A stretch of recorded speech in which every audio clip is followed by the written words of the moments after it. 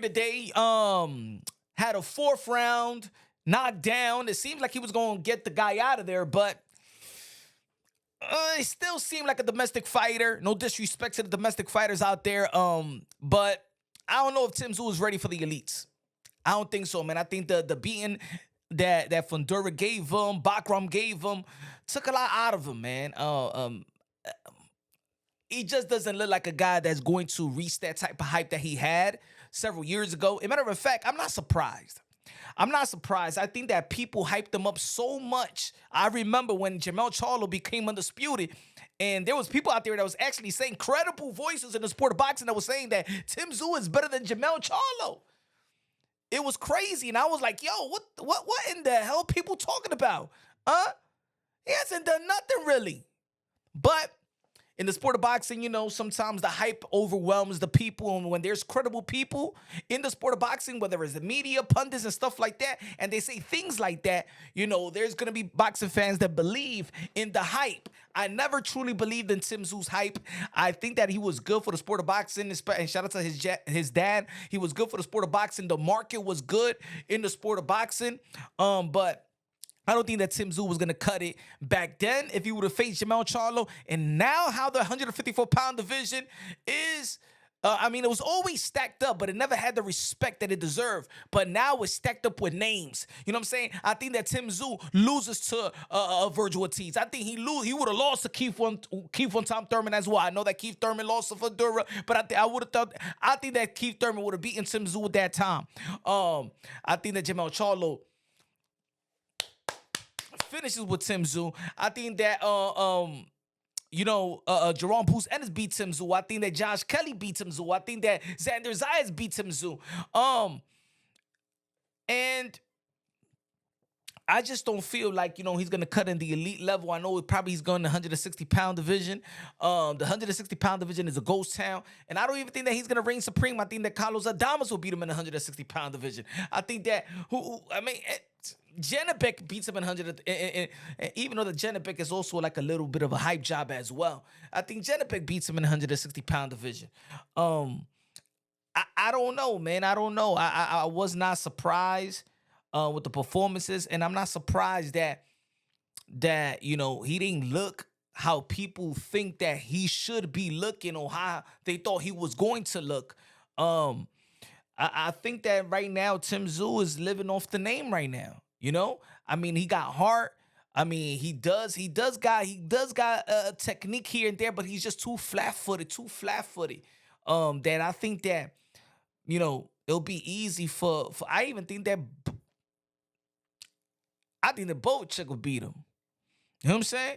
I think a lot of people will beat Tim Tszyu. You know what I'm saying? He won every round. He did get cut again. Almost deja vu with the situation that he had with Fundora. He's a good guy. He talk a good game, but I just don't think that he got elite skills to be elite fighters. That's just my opinion. I think that he probably needed to train out here for the most part. There were a lot of sparring partners out here for the most part to develop that type of experience that he didn't garner. Fighting in Australia didn't have a long amateur sting, so I think that he should just stay out here like other domestic fighters have done in the past in the history of the sport of boxing to get a lot of sparring out here in America and get used to the styles and stuff like that. Because he need to quit, because over here in the 154-pound division, or even 160-pound, people that can move to the 160 pounds from 154, you know what I'm saying? I don't think he's gonna handle some footwork.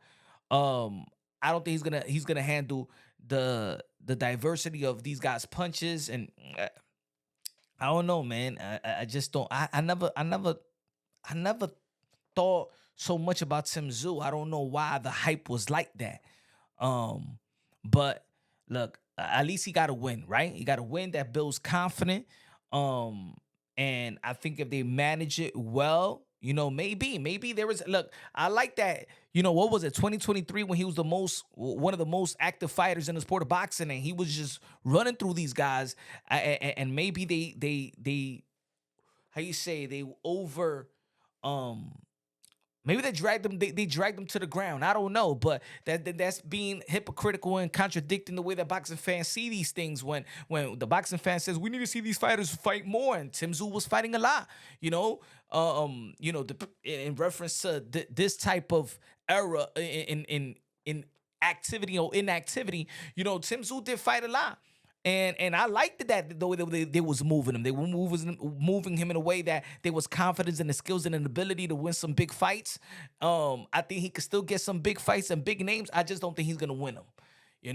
I think they gotta be smart in matchmaking them. If they want to juice money out of them, I think they got to be smart in matchmaking them and then set up a fight with Earl the True Spence. Now, we don't know how Earl Spence look right now. We don't know how he physically and mentally look right now. You know what I'm saying?